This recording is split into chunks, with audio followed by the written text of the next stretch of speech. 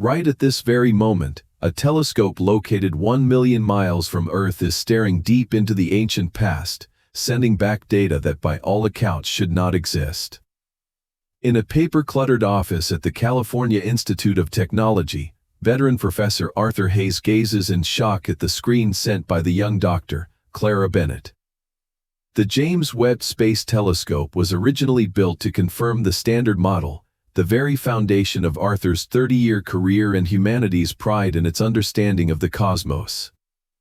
Instead, it is silently tearing it all down. Massive galaxies that matured far too early, stars forming much too fast, a universe that indifferently refuses to obey the rules imposed by mankind. When faced with discoveries that shake the entire field of physics, where the numbers stubbornly refuse to align, a question arises that leaves even the most dogmatic minds reeling. What if the universe humanity was so certain we inhabited, much like the cage of certainty in which we imprison our inner selves, was never the only reality? The pale blue light from the screen reflects onto the aged professor's wrinkled face, highlighting a single bead of cold sweat forming on his brow. Arthur's breath becomes shallow and hurried, his fingers trembling as they glide across the undeniable spectral data strings, feeling as though all gravity in the room has suddenly been drained away.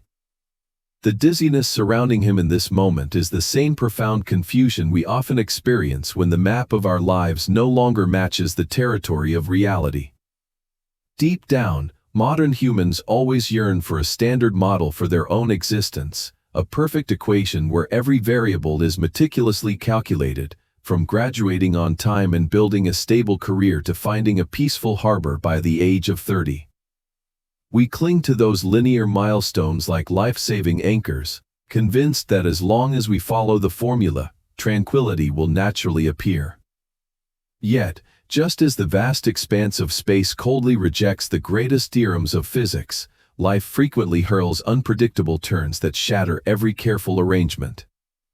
When reality suddenly slips from its safe orbit, when an expectation crumbles or an unforeseen event strikes, we fall into a state of severe panic. The collapse of a personal vision is as painful and jarring as the downfall of a great scientific ideology, because in that moment, what is taken away is not just a future plan, but the entire core foundation that defines our proud ego. Instead of being curious about the vastness of a newly revealed reality, our minds frantically cling to the past, seeking to patch together the broken pieces of a fractured belief, imprisoning ourselves in extreme fear before the quiet, infinite void stretching out right beneath our feet. The sound of soft footsteps breaks the suffocating silence of the room as Clara enters, carrying a calm demeanor that stands in stark contrast to the panic surrounding the old professor. She pulls up a chair across from Arthur, her clear eyes glancing over the vibrant charts as she begins to slowly explain what astronomers are calling impossible galaxies. Clara points to the shimmering streaks of light on the screen, her voice gentle yet carrying the weight of an undeniable truth, explaining that these are not chaotic gas clouds or young structures struggling to form as theory predicted. Instead, they are massive galaxies, possessing complete and brilliant structures, existing since the universe was only a few 100 million years old. According to the thick textbooks Arthur has taught for decades, such a grand maturation process should take billions of years of slow collisions and mergers. Unable to accept the shaking of his intellectual foundation, Arthur lunges at the keyboard, frantically rechecking every line of code, reviewing every optical filter, and searching every equipment tolerance for a faint hope that the telescope was mistaken. But the data remains cold and unyielding, without a single scratch, stripping away the last bit of hope for a technical error and forcing him to face the collapse of his old theoretical system. Arthur's desperate struggle in that small room is a vivid reflection of the psychological trap we set for ourselves every day. From the moment we are born, modern society and the self-improvement industry constantly instill in us a stubborn belief in linear evolution. We are programmed to believe that life is a regulated construction site, where everything must happen in order, from laying the foundation and erecting the steel frame to building walls and finally installing glass. We force ourselves to follow an invisible timetable, assuming that maturity must be a slow, steady progression, moving step by step up the ladder of fame, emotions, and material accumulation. Yet, as those galaxies indifferently display their greatness at a time when they were not yet permitted to exist, the universe seems to send a deeply ironic message to the arrogance of human intellect. It completely shatters the illusion of a standard schedule, exposing the absurdity of framing all things into rigid stages of evolution.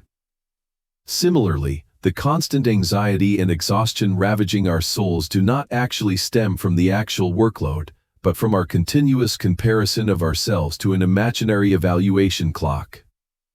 We panic when we see ourselves stalling at the threshold of 30, agonizing when our careers do not advance according to the pre-drawn chart, or feeling envious to the point of depression when witnessing someone else achieve brilliant success much earlier than the process we consider reasonable. We exhaust ourselves, running frantically on a never-ending treadmill just to ensure we are on track with an illusory roadmap drawn by others. When we see someone else or even ourselves deviate from that timeline, our minds immediately sound the alarm, panicking as if the entire sky were falling. Arthur's rejection of early matured galaxies is identical to the way we punish ourselves when we do not complete goals according to a prescribed age, preferring to cling to decayed principles rather than embracing the wonderful richness and the completely irregular rhythm of the reality existing right before our eyes. The temperature difference in the room at this moment does not come from the air conditioning but radiates from the sharply contrasting attitudes of two generations of scholars facing a cognitive abyss. While Arthur constantly wrings his hands, his shoulders stiff and breath hurried in a desperate effort to save a sinking academic ego, Clara sits there as still as an autumn lake. She does not carry the triumphant air of one who has just overthrown an icon of authority, nor does she appear panicked by the collapse of familiar truths. She simply exists there, taking in the truth unfolding on the screen with open eyes and an absence of judgment. Her hands rest gently on the table, not clinging, not rushing to type more code to find an explanation or denial. She simply lets the universe tell its own story. This strangely calm attitude of the young doctor amidst a crumbling academic context is the perfect embodiment of the ancient Taoist philosophy of Wu Wei, or effortless action, vividly recreated in the volatile 21st century. To the Western mind accustomed to manipulation and control, Wu Wei is often misunderstood as laziness or resignation to fate, but in truth, it is the art of acting in harmony with nature, without coercion, without trying to bend the flow of reality to fit into the narrow box of preconceived notions. Looking into the vast space flowing through those infrared photos out there, we are awakened by a startling, liberating truth that the universe is never in a hurry. It possesses no handbook of preset schedules, nor does it carry an obsession with meeting growth targets before a specific milestone. For that infinite void, there is no concept of too early or too late. Everything is simply happening exactly as it must. Those brilliant and magnificent galaxies did not violate any laws or intentionally grow fast to surpass any other star system. They are merely expressing their existence in the most authentic and complete way in the present moment. The suffering and extreme stress of Professor Arthur, and more broadly the misery of our own daily hustle, all arise from a desperate effort to frame an infinite entity into the finite measures we have deluded ourselves into creating. When we view our lives through the lens of attachment, measuring success and failure based on artificial milestones that society constantly drills into us, we have turned ourselves into forced laborers within our own minds. We lose sleep over 5-year or 10-year plans, agonizing because we have not yet bought a grand house, attained a perfect relationship, or reached the peak of fame like our peers flaunting their glamour on social media. We forget a simple truth that every life, like every distant star cluster, carries a unique blossoming rhythm that cannot be measured or compared. Our minds are always caught in a dream of chasing, deluding ourselves into thinking that if we can only manipulate all variables, peace will come, but it is that very effort to resist reality that is the deep source of all panic. The only first aid for the modern illness eroding our vitality is not in the effort to run faster or work more to catch an unreal shadow, but the moment we gather enough courage to take off that fake achievement measuring watch and throw it out of our conscious space. Instead of struggling painfully to swim against the flood of chaos and unpredictable turns, learn to relax your mind, giving up the dominance of the arrogant ego to let the natural flow of life carry you along. Accepting the surrender of control is not a weak capitulation, but the first firm step into a space of absolute freedom. The moment the old professor can learn to accept that those galaxies have the right to exist brilliantly beyond the imagination and academic framework of mankind is also the moment you allow yourself to live, to fall, and to rise beyond the harsh patterns you have bound yourself to, thereby finding a vast and deep stillness in the heart of the storm of impermanence. Before the old professor could soothe the thumping in his chest after the shock of the ostentatious, burly matured galaxies, the universe dealt another fatal blow to the cracking wall of knowledge through Clara's every click. This time, what appeared on the screen was not the brilliant light of stars, but deep dark regions carrying irrational destructive power from the dawn of time, supermassive black holes appearing from a period so early they completely contradict all recognized laws of physics. According to what Arthur used to passionately teach on the podium, for a black hole to reach a mass equivalent to millions or billions of times that of the Sun, it would need a vast amount of time spanning many eras to slowly swallow surrounding matter. Yet, the cosmic monsters before his eyes seemed to have ignored all time limits to swell at a speed that skewed every mathematical measure. Arthur's eyes stared blankly at the pitch-black center on the simulation chart, feeling a cold chill run down his spine as the hallucination of an invisible gravitational force reached out from the computer screen, ruthlessly draining every bit of the 30-year academic legacy he had spent his youth building. In that moment of facing the abyss of space, the overwhelming darkness of those ancient black holes suddenly became a perfect mural reflecting the deep, hollow void constantly gnawing at the souls of modern people.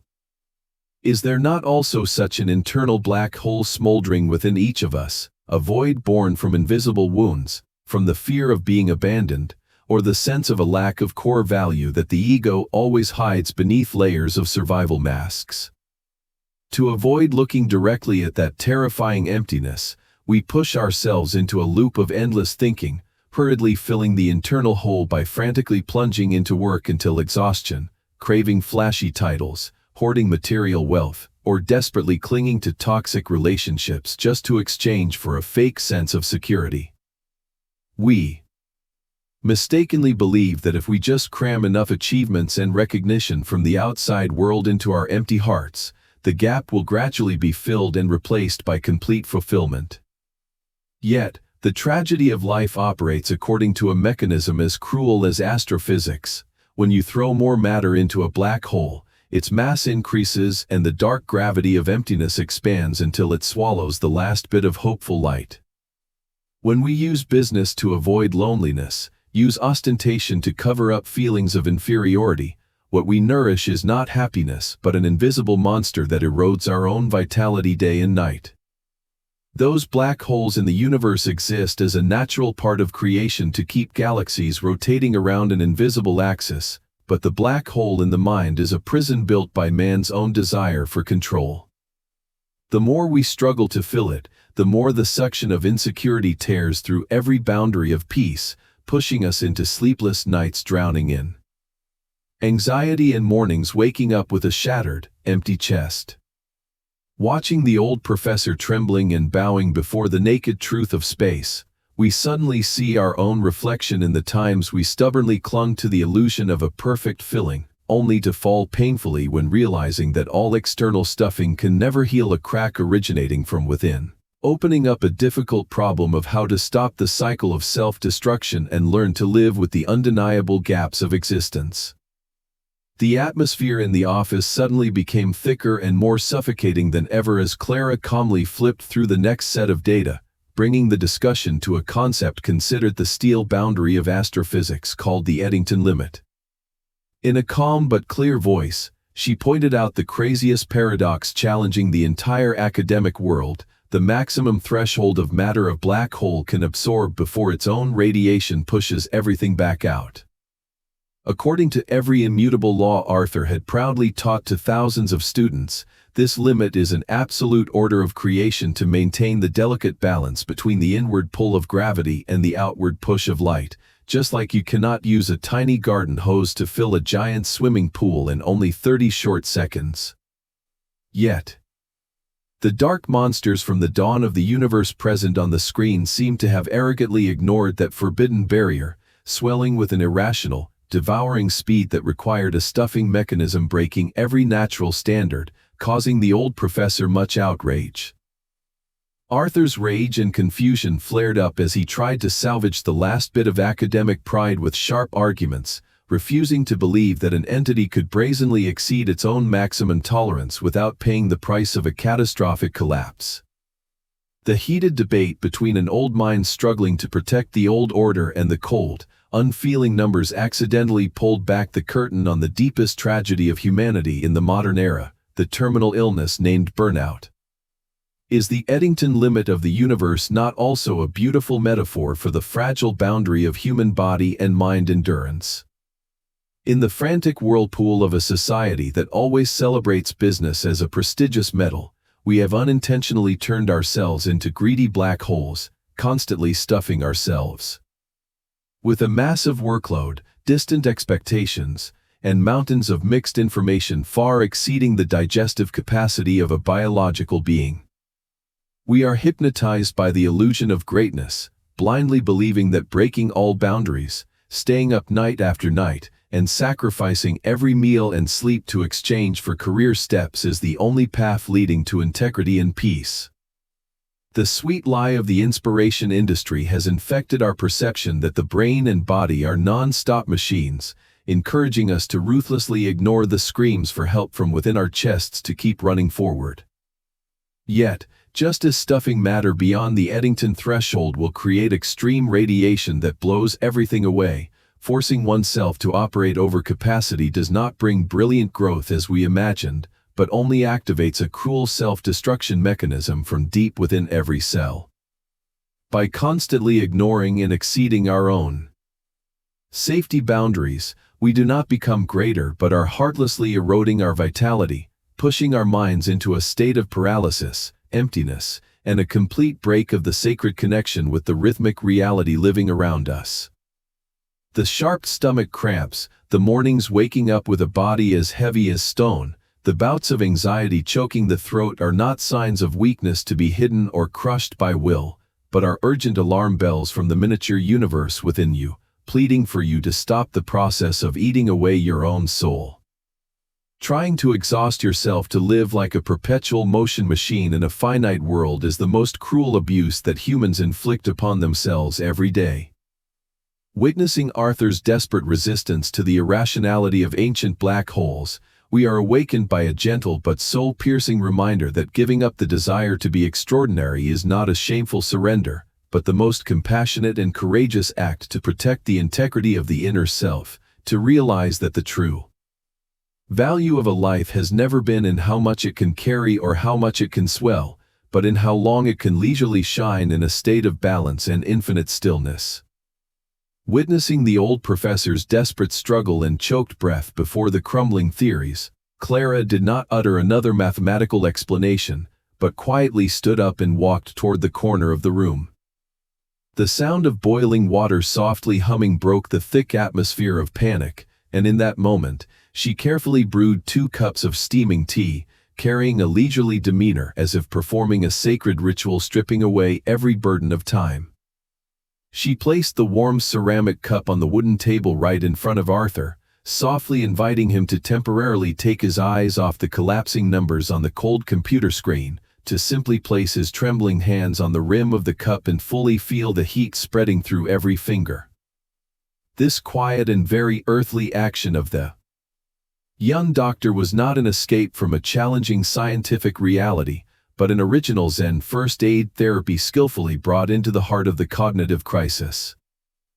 When the mind is pushed to the limit of exhaustion and all core beliefs are threatened with being taken away, the human instinctive reflex is to struggle frantically, searching for a replacement support point or trying to cover up insecurity with forced arguments. Panic is actually just the result of the ego thrashing to reject a reality that does not follow its will. We are always obsessed with emptiness, unconsciously equating the undefined spaces in the soul or the unsolved variables of life with a terrifying abyss waiting to swallow the ego. Society always urges us to fill every gap with sound, with action, with plans detailed down to every minute, making us forget an ancient wisdom of Eastern philosophy that emptiness is not at all a dark black hole needing to be packed tight. On the contrary, emptiness, or the concept of sunyata in the realm of stillness, is the purest and most fertile space for all things to grow freely. Just as a vast, quiet sky allows billions of stars to shine, a room is only truly useful when it has spaces for people to enter, or a cup of tea can only receive the warm, gentle water when it is not yet filled with anything else. Our souls also deeply need uncertainty to contain the infinite possibilities of life. By inviting Arthur to lift the teacup, Clara was gently leading him out of the prison of endless thoughts about the cosmic past and academic future, to truly anchor his consciousness in the only present moment currently existing. The heat from the tea, the soothing aroma hitting the senses, the firmness of the ground beneath the feet, all those small details are the strongest anchor ropes helping to pull our consciousness out of the vortex of confusing illusions. The cure for panic does not lie in trying to fight to the end to find an absolute answer immediately, but in the courage to sit quietly beside uncertainty, allowing oneself to not know, to be lost for a moment without uttering judgment upon oneself. Instead of being terrified by a universe that is constantly changing and breaking boundaries, we can choose to take a sip of tea, relax our stiff shoulders, and smile while admitting the tiny helplessness of human intellect before the greatness of nature. Sitting still with uncertainty is not a passive attitude of resignation, but the peak of internal freedom, where we no longer let our happiness be bound to controlling every development of reality.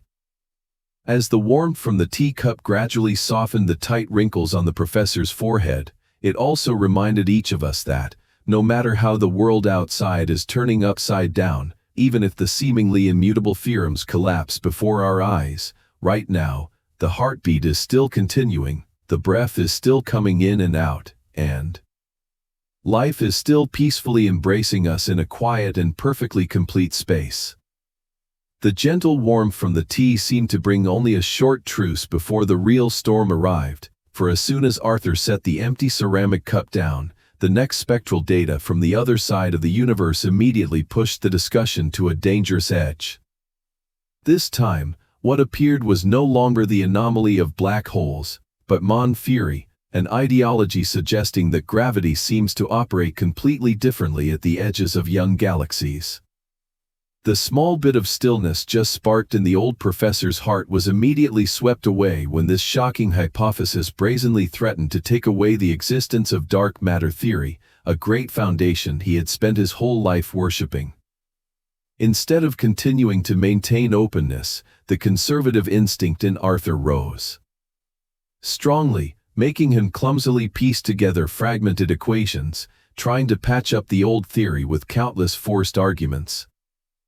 The image of the learned scholar desperately using thin scraps of reason to hold up a soon-to-collapse ivory tower is the most naked dissection of the ego's defense mechanism within each of us.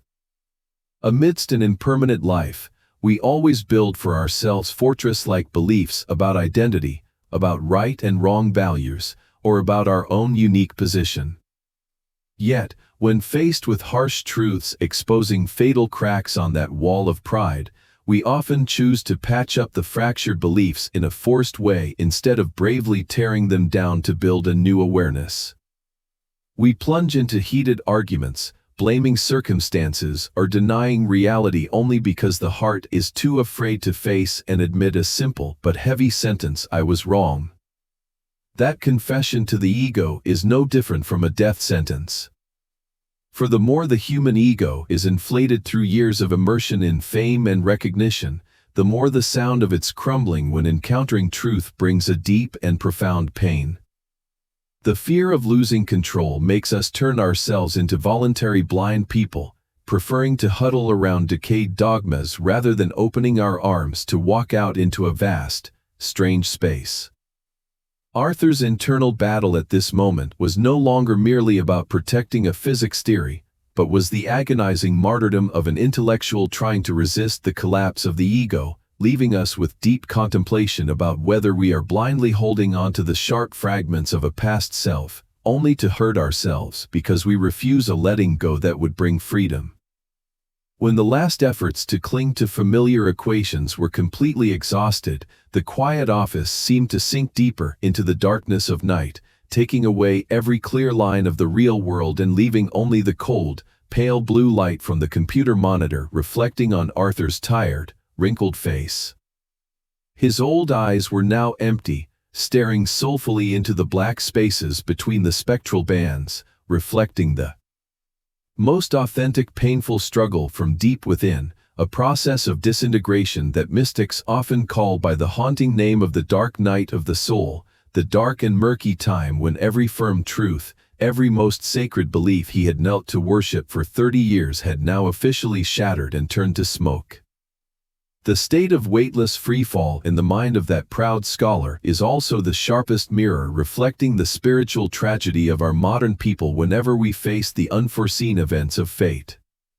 In a world that always operates by constant change, we desperately waste our energy building illusory fortresses called certainty, trying to tighten the future with insurance contracts, eternal commitments and feelings, or physics laws canonized in textbooks.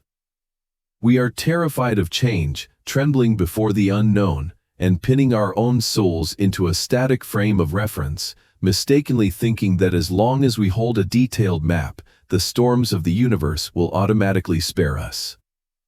Yet, when the earthquake of reality arrives, tearing that map apart and throwing us into the middle of the desert of uncertainty, extreme panic will choke the chest because we realize our only support point has been completely taken away. Right at this very moment of ultimate collapse, the philosopher Alan Watts lit a torch to illuminate the consciousness through a concept of great reversal called the wisdom of insecurity, a sharp dissection indicating that all the suffering of human life actually stems from a crazy paradox, the desperate effort to freeze a flowing river. Watts awakened us from the dream of attachment with a cold but compassionate metaphor, teaching that if in this vast universe there were no solid floor for you to stand on, then in essence, you could never trip or break your body. The feeling of terrifying insecurity, the silent scream in Arthur's mind when losing the familiar theoretical support was not actually a sign of destruction, but a painful turning point to realize the soul is floating in a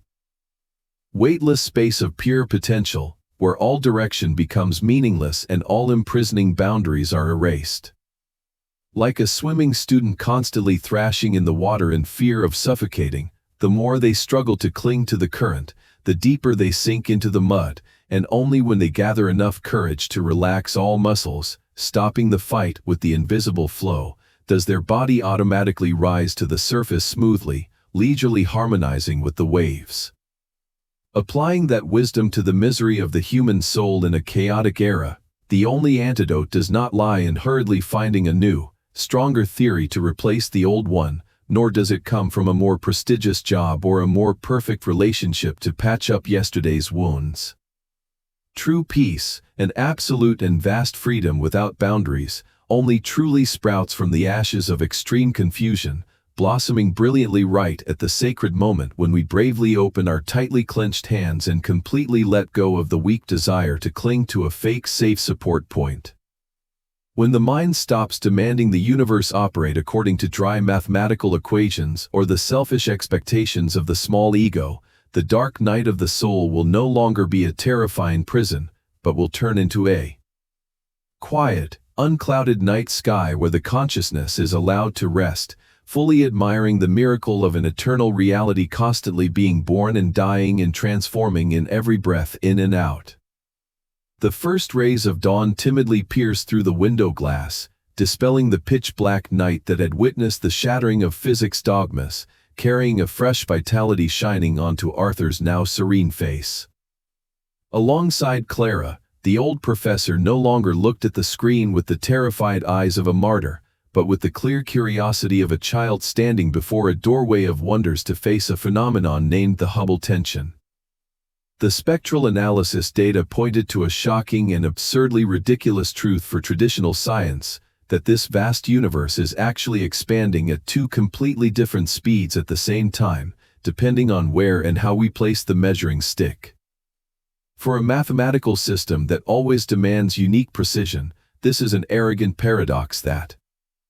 cannot be tolerated, a jarring scratch on the perfect recording of the order of all things. The suffocating tension hanging over the field of astrophysics before this phenomenon is actually the echoing voice revealing the fatal weakness of the dualistic thinking that has taken deep root in Western consciousness for centuries. We are educated and molded in a clear worldview where all things are forced to stand on one of two sides of the absolute boundary between right and wrong, light and darkness, success and failure. The analytical mind of humans always craves a single constant, a unique truth to serve as a support, and when two contradictory truths coexist, the brain immediately switches to alarm mode, urging us to eliminate one side to save the integrity of logic. Yet, if we quietly direct our gaze toward Eastern wisdom, where the Taiji symbol from ancient times has smoothly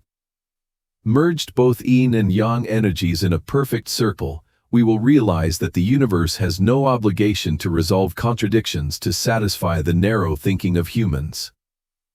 The non-dualistic philosophy of Laozi and Xuanzi, or the unhindered penetration of Buddhism, does not view opposites as mortal enemies canceling each other out, but celebrates them as dance partners dancing in a synchronized dance, relying on each other to create the rich and complete rhythm of existence. Our suffering in this mortal realm mostly arises from the stubborn refusal of the dual nature of reality, from the effort unto exhaustion to force a multi-dimensional world to obediently shrink into a single flat pattern. We tear our own souls when trying to define whether we are ultimately a strong person or a weak person, a successful great man or a miserable failure, forgetting that human life is originally a complex nebula more than capable of containing countless overlapping states.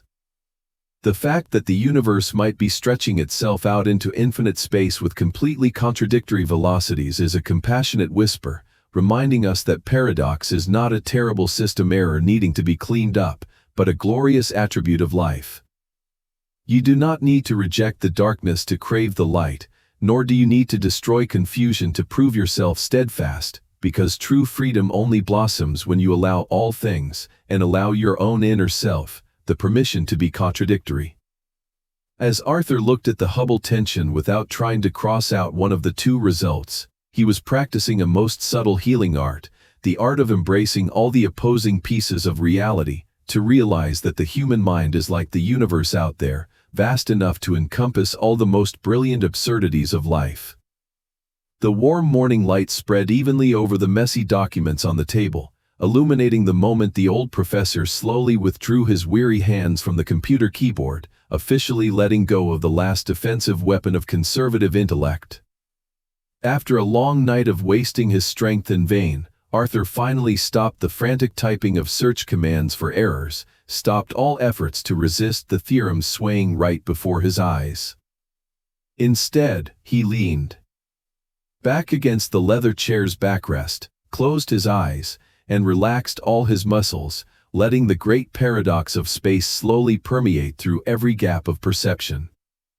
That quiet surrender did not carry the appearance of a miserable failure, but was as brilliant as a cleansing ritual of transformation, where a human finally stopped straining against the irrationality of nature. Arthur's act of letting go of the keyboard opened a beautiful chapter of healing philosophy, bringing an urgent first aid for souls writhing in the anxiety disorders of the new era. The suffocating insecurity we carry day and night mostly stems from forcing ourselves to become a perfect, flawless unit, an entity allowed only to follow a straight line and possess a single emotion at a time. Imprisoned by social prejudices, we punish ourselves with harsh conscientious sentences when we accidentally discover we are hiding deep contradictions, panicking when realizing we both crave the peak of glorious fame and want to throw it all away to hide in a lonely forest corner. We agonize when seeing ourselves as a strong warrior yesterday facing many storms, but today turning into a weak, weary being who only wants to curl up and cry in the blankets. The cruel judgmental voices from within always scream demanding we choose a side, threatening that contradiction is the root of terrible psychological illness and that a mature person is not allowed to exist with dualistic struggles. Yet, if a vast and ancient universe allows itself to be stretched at many different speeds, expanding boundlessly without caring about the questioning of any mathematical laws, why then do you not allow your inner world the privilege to curve and fluctuate according to countless rhythmic levels? Boldly embrace the paradoxes sprouting within your chest, accept to soothe both the blinding light and the damp darkness of yourself like soothing souls that share the same heartbeat but carry thousands of completely opposite personalities. You have every right to carry within you a heart full of wounds but still overflowing with compassionate tolerance, both craving to be deeply connected with humanity and craving absolute solitary silences to lick your wounds. The most subtle first aid to soothe internal turmoil does not lie in destroying half of yourself to achieve a forced identity, but in a courage to accommodate all the most brilliant paradoxes of life into the same compartment of the soul. True liberation and selfless peace will softly knock on the door at the exact moment you stop tearing yourself apart to define right or wrong, stop trying to mold every emotion into a single constant, to leisurely allow your inner self to expand freely at many different speeds, fully containing the entire miracle of a multi-dimensional being leisurely existing in the heart of a messy universe. As the gentle stillness of accepting paradoxes smoothly soothed the last weary wrinkles on the old professor's forehead, Clara continued to lead him through a doorway of perception even deeper and more shocking, with a final hypothesis carrying the greatest destructive power to all academic foundations. Instead of continuing to get bogged down in trying to explain the contradictions of individual phenomena, the young doctor smiled peacefully, directing her quiet gaze toward the infinite void on the brilliant infrared photo, and spoke in a steady voice, setting a premise that caused the entire belief system of modern science to shake at its roots. What if the physics laws themselves that we have worshipped as absolute truths were never immutable rules, based on subtle anomalies gathered from the remnants of the most ancient light? A magnificent and strange vision was faintly taking shape, suggesting that the speed of light, the strength of electromagnetic force, or even the acceleration of gravity might not be eternal numbers fixed by a creator from the dawn of time, but they have actually loosened, fluctuated, and constantly evolved through billions of years of existence in the infinite space. There is no such golden headband named the absolute universal constant. Everything, including the most fundamental laws of operation, are only temporary states of a great and permanent flow surging non-stop. The shocking hypothesis about the evolution of core laws immediately turned into a master key, perfectly fitting into the lock imprisoning the consciousness of so many people riding in this era full of confusion. Throughout the short journey of life, we always unconsciously build an invisible but very solid prison with frozen concepts of identity, binding our souls to a fixed version and refusing every opportunity to be reborn and grow. Familiar, stereotyped phrases like "I am naturally this kind of person," "I was born sensitive and weak," or "that is completely not my lifestyle" are actually the most cruel fate constants that the proud ego has molded to avoid the beautiful moving flow of life. We busily pick up the fragmented pieces of the past, from a few miserable stumbles in youth, a romantic pain that has never faded, or the superficial labels that society accidentally pasted on us, then use all those rough materials to cast a rigid, immutable statue of identity. We cling to that illusory self with a loyalty bordering on blindness, terrified of changing habits that have seeped into the blood, even if those habits are day and night quietly draining vitality and suffocating the joy of living. Frantic attachment to a single persona makes our souls dry, weary, and extremely easy to shatter before the storms of impermanence. Just like a dry, stiff branch resisting the wind will surely be cruelly broken, while a soft willow branch, knowing how to sit still and follow the wind, can remain unharmed after the storm. Yet, try closing your eyes, calming your heart down deep, and let the greatness of the vast space out there gently permeate into every corner of your consciousness. If even the great gravitational force that molded the structure of thousands of galaxies has the privilege to change its way of operating, if even the most fundamental equations constructing this entire vast universe can freely grow and evolve through long eras of space-time, then why must a small but spirit-filled being like you always lock yourself away and live forever with an old, narrow version, full of limits and wounds from yesterday? You are not at all an inanimate stone statue carved tens of years ago only to endure the dust of time, but you are truly a miraculous living entity, a miniature universe that is constantly expanding brilliantly and containing countless infinite potentials never yet discovered. Every thumping beat of the heart, every fresh stream of breath into the lungs carries a sacred opportunity for you to have the privilege of washing away the old dogmas about yourself, to be allowed to choose a completely new perspective before seemingly dead-end adversities. Arthur's act of sitting quietly contemplating the miraculous evolution of physical constants was also the sacred moment he personally removed the heavy yoke of a dogmatic scientist always stubbornly clinging to linear perfection. And for the soul of each of us, it is an urgent call full of compassion, advising humans to boldly and courageously step out of the dark prison of identity, freely tearing off all the long-rusted labels of prejudice to leisurely enjoy the greatest privilege of life, the privilege to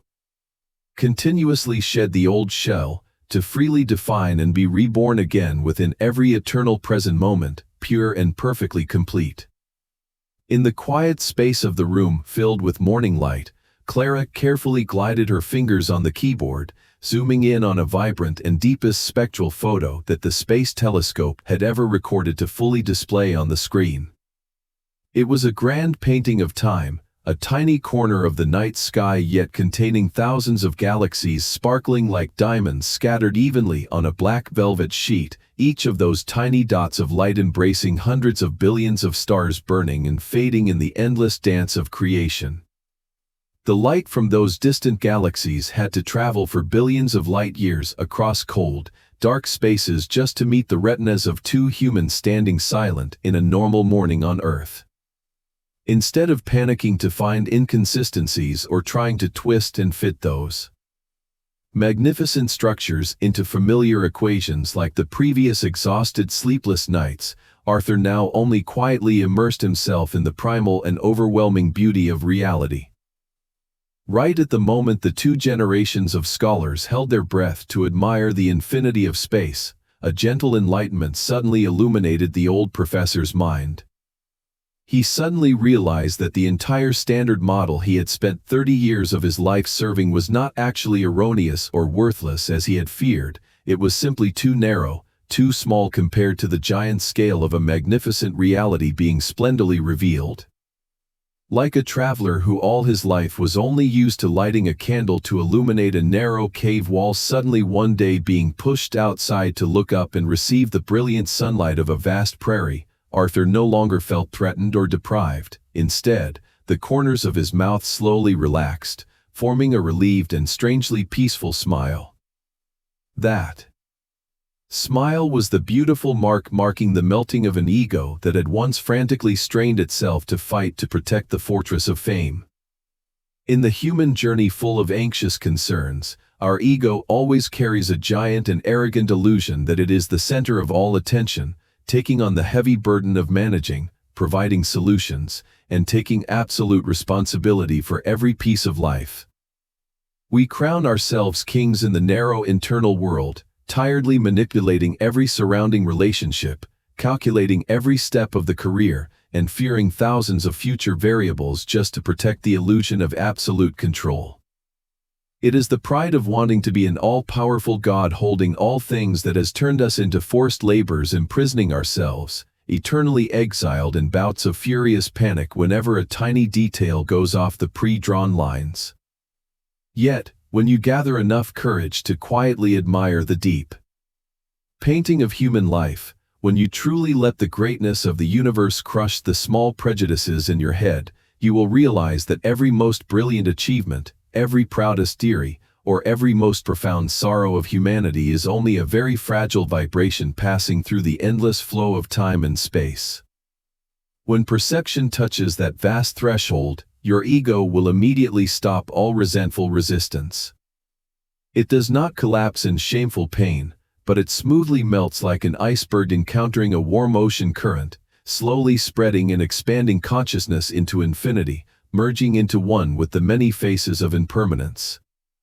The feeling of ultimate relief that Professor Arthur is experiencing now is also the most subtle healing medicine for anyone staggering under invisible pressures, that feeling of boundless freedom that arrives the moment we joyfully accept the startling truth that we are, after all, only a conscious speck of dust floating leisurely in the vast void.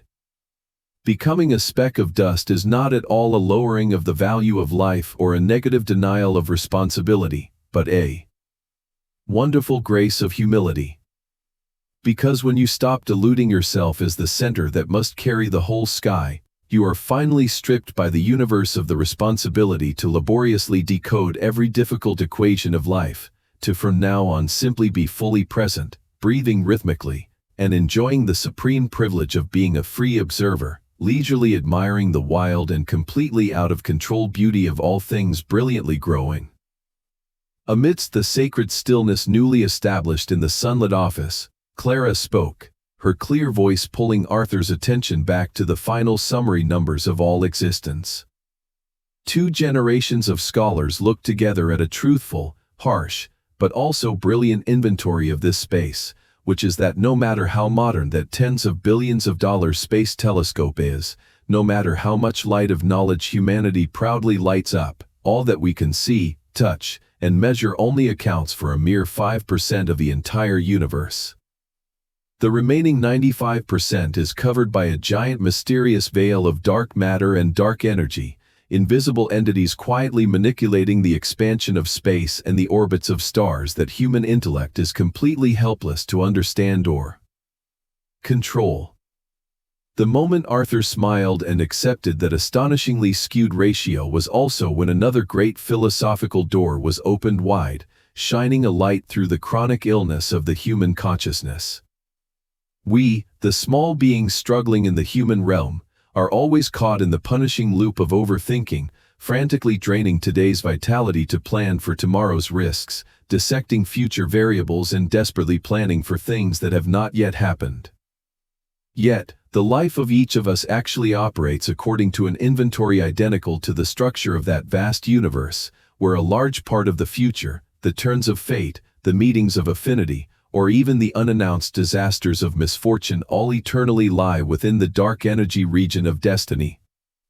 That is a completely murky forbidden zone that every effort of rational prediction, every strong will no matter how great, cannot touch or manipulate.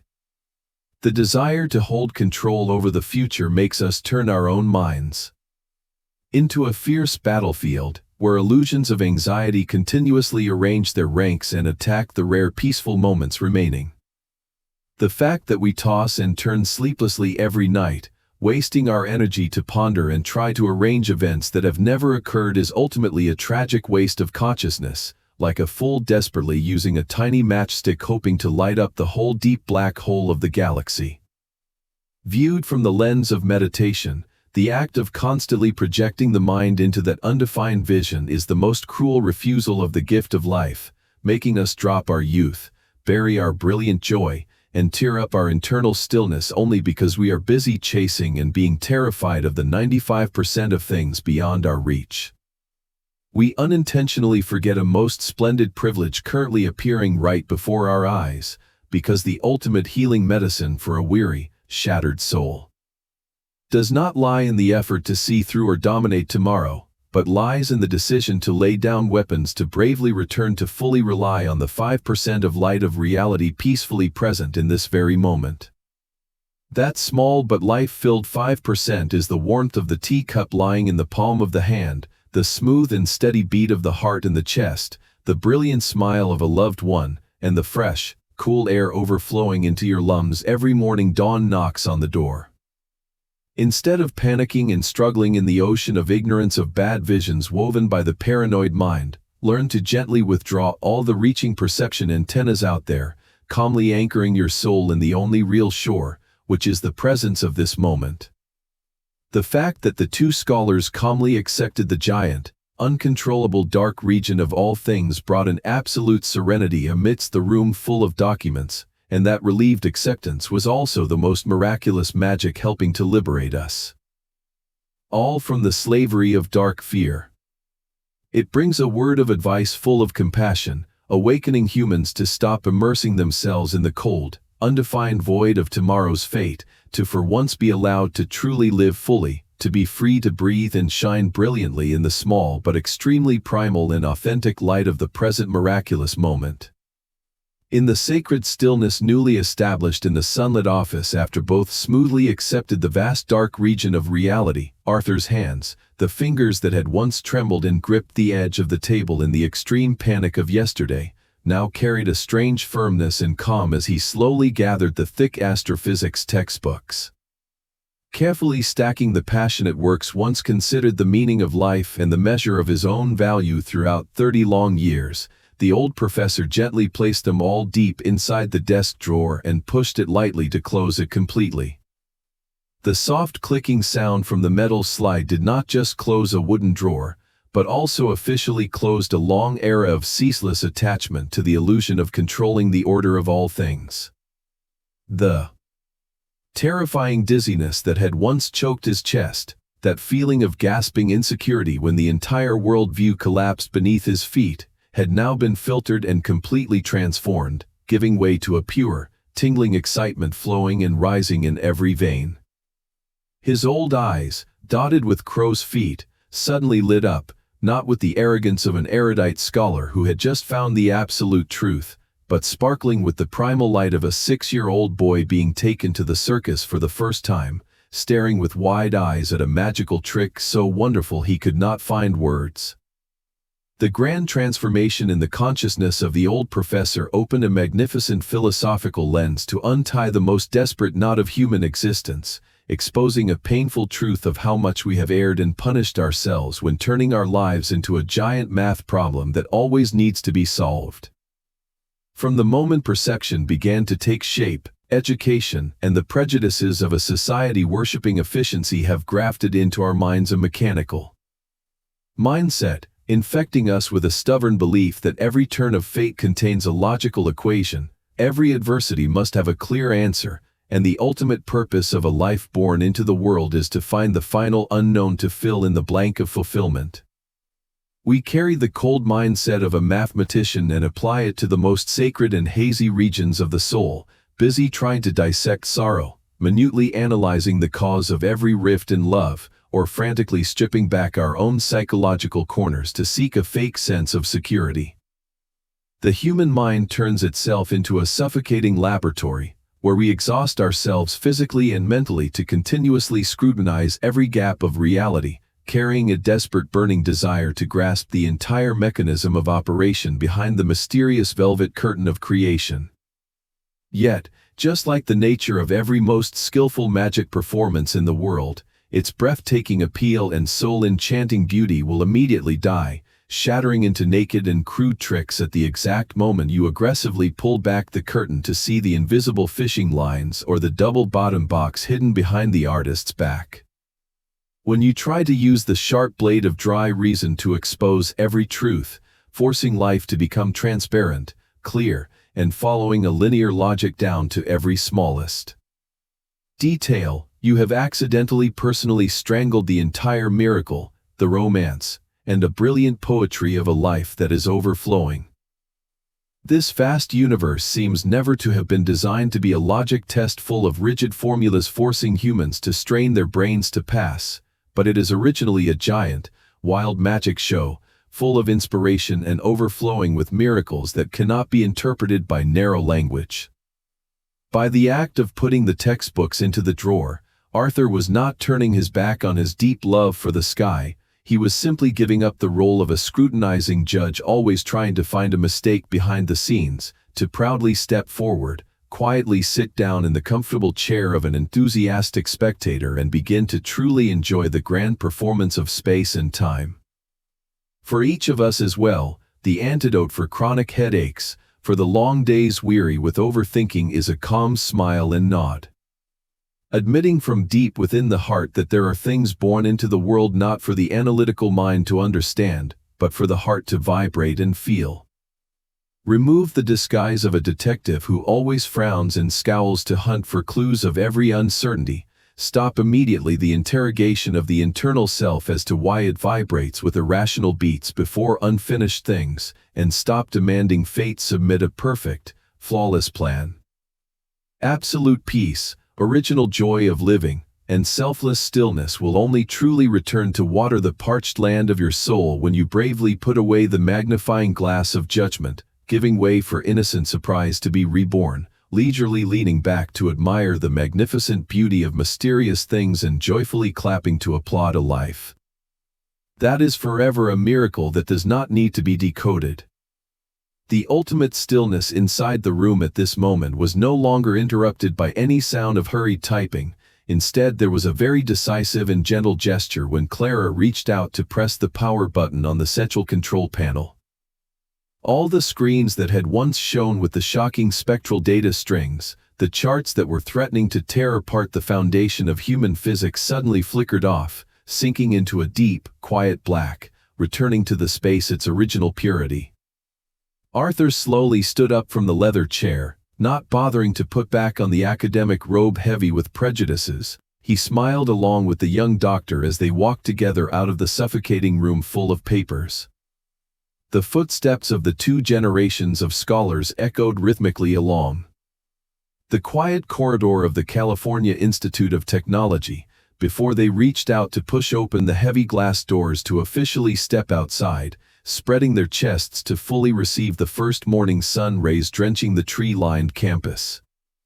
Outside, the whole vast academic world is perhaps about to wake up and fall into a terrifying shock before the crazy discoveries of the telescope. Countless heated debates will break out, countless scientific papers will be torn up, yet right here, under the peaceful deep blue sky, only two minds remain that have been completely liberated from the slavery of certainty. The moment those two people leisurely strolled under the rustling canopy of leaves is the most perfect summary for all the psychological first aid medicines we have together distilled from the collapse of the stars. It is a vivid reminder that the deepest healing philosophies never lie dead on dry academic pages, but must be transformed into every breath, every quiet step on the ground. When you take a stroll through this human world, let the cool breeze blow away the remnants of panic, carrying the lesson of impossible galaxies to remind yourself that you have every right to throw away society's fake achievement measuring watch, freely blooming according to a wild rhythm of your own. Look into the undefined spaces between the trees and remember the black holes of the dawn of time, telling your heart to stop trying to fill internal emptiness with fleeting fame, but let that empty region become a vast space containing pure peace. Every time you feel insecure before the turns of life, remember the tension of the universe to allow yourself the right to embrace paradoxes, the right to carry within you brilliant contradictory emotions without having to tear yourself apart to define right or wrong. And most importantly, as the warm sunlight caresses the skin that is constantly renewing every cell, engrave the evolution of physics laws to bravely shed the narrow, old identity labels, allowing yourself to be continuously reborn in every moment. Strolling is not to hurry to a set destination. Breathing is not a forced exercise to force the mind to be flat. It is simply the way we're established the sacred contract with reality. Every truth in this world, from the greatest equations constructing the galaxy to the smallest plans in our daily lives, carries a miraculous impermanent nature, continuously taking shape and then disappearing like white clouds wandering overhead. Accepting that impermanence is not a pessimistic, weak attitude, but is the peak of wisdom, where we learn to cherish all things when they are present but also are ready to smile and open our hands when they want to leave. Refusing attachment is the act of you stopping the demand that the world freeze to serve the ego's sense of security, leisurely harmonizing with the dance of creation. As Arthur closed his eyes, taking a deep breath of the fresh early morning air, he was no longer a professor straining under the mission to protect humanity's truth, but was simply a biological being joyfully experiencing the privilege of being human. And that is also the most earnest invitation sent to your weary soul, inviting you to step out of the suffocating lavatory of endless thinking, removing the harsh lens of judgment to truly touch life with quiet, naked hands, gently allowing every variable to freely dance around you while the heart still keeps a perfectly still and peaceful state. From the serene, radiant gaze of Professor Arthur under the sun-drenched trees, a quiet transition takes us out of the lush green campus of the California Institute of Technology, soaring through the billowy white clouds and escaping the thin atmosphere of the Earth to proceed deep into the infinite space. The vision drifts millions of miles into the middle of the pitch-black, cold night, reaching where the Space Telescope still quietly floats, diligently continuing the eternal journey of gathering ancient light streams from the very edge of existence.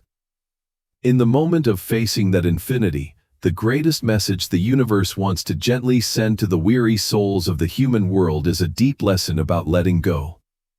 True liberation for an exhausted mind lies not in the effort to train the intellect to decode every equation of life or stubbornly controlling every risk variable of tomorrow, but is the courage to dare to smile and leisurely accept the absolute miracle of the fact that we can never know everything. Life originally is not a suffocating battlefield for us to continuously strain ourselves to fight to protect a narrow ego, but is a magnificent and wild dance of impermanence. Instead of panicking and huddling before unforeseen events, boldly spread your arms to dance with the uncertainties of fate, because from deep within the being, each of us is also a magnificent universe that is constantly expanding and reborn brilliantly through every breath. The most sacred human value we can pick up from the shattering of dry physics theorems is the privilege to be allowed to live in a primal way, to be allowed to make mistakes, to be allowed to be contradictory, and to be allowed to be not yet perfect amidst a vast reality always ready to contain all human paradoxes. My friend, after we have traveled together through this shocking journey of perception, how do you feel about the story just now, and what is it reflecting in your own current life full of concerns and anxieties? We deeply cherish and crave to hear the most private thoughts and contemplations raised from the bottom of your heart, so please open your heart and share those authentic feelings right in the comment section. If these healing philosophical messages bring you a moment of soft peace or a new stream of light to soothe the inner self, please press the subscribe button for our channel, as well as press like and share this video to spread peaceful energy to everyone, as well as to listen to many more attractive and valuable videos every day. Sincerely thank you for your precious companionship throughout the past journey, and wish all those listening to this video abundant health, a very happy life, and every day that passes to be overflowing with complete peace. Goodbye and see you all in the next video.